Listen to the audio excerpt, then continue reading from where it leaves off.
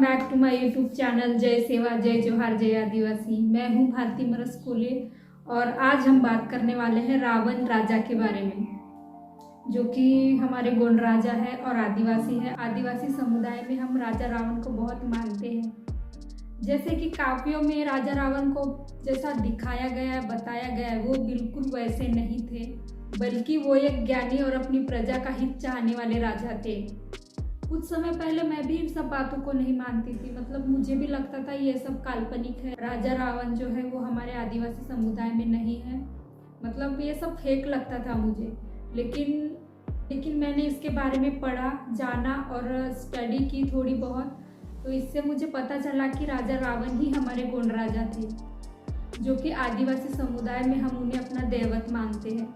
हमारी संस्कृति के रावण गोंगों में या रावण वंश के पाटाओं में जो पाटा गाया जाता है, उसमें रावण का जिक्र और उल्लेख बहुत बड़ा है। मैं जो आज आपको बताऊंगी उससे आपको पता चलेगा कि रावण पेन और रावण का गोंड समुदाय से बहुत बड़ा संबंध है।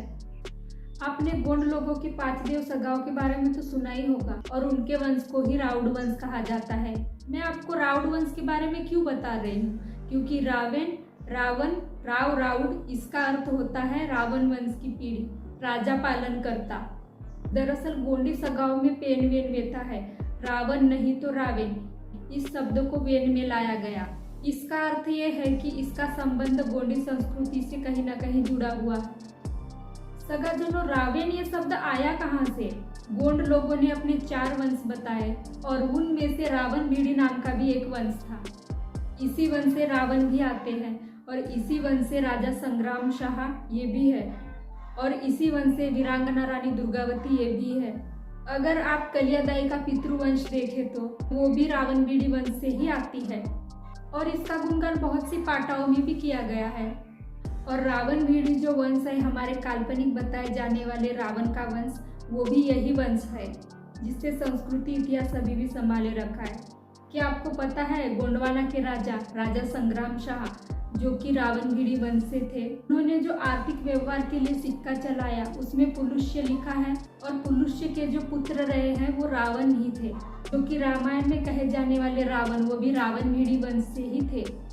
हो सकता है आगे चलकर रावण शब्द का अपभ्रंश करके रावण हुआ हो। मेरा ये वीडियो बनाने का मुख्य उद्देश्य यही है कि आपको हमारी संस्कृति से वाकिफ कराया जाए और रावण दहन जैसी रूढ़ी प्रथा का विरोध किया जाए। एक ईमानदार, ज्ञानी और प्रजा का हित चाहने वाले राजा उनकी अच्छाइयों का इतिहास दबाकर आप उनकी काल्पनिक बुराइयों के लिए उनका दहन करते हो। और मैं आपको बता दूं कि रामायण का उगम नहीं हुआ था, तब से गोंड समुदाय के लोग रावण की पूजा करते आ रहे हैं।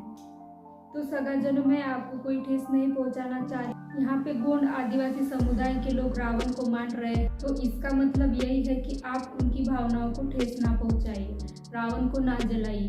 अगर आपको लगता है कि रावण को जलाने के बाद दृष्टि प्रवृत्ति का नाश होगा, तो प्लीज अभी करप्ट वाले बहुत लोग मिल गए हैं, उनके पुतले बनाओ, उनको जलाओ, ना कि रावण को जलाकर किसी की संस्कृति को ठेस पहुंचाइए। मिलते हैं अगले वीडियो अगले टॉपिक के साथ, तब तक के जय सेवा जय जोहार जय आदिवासी।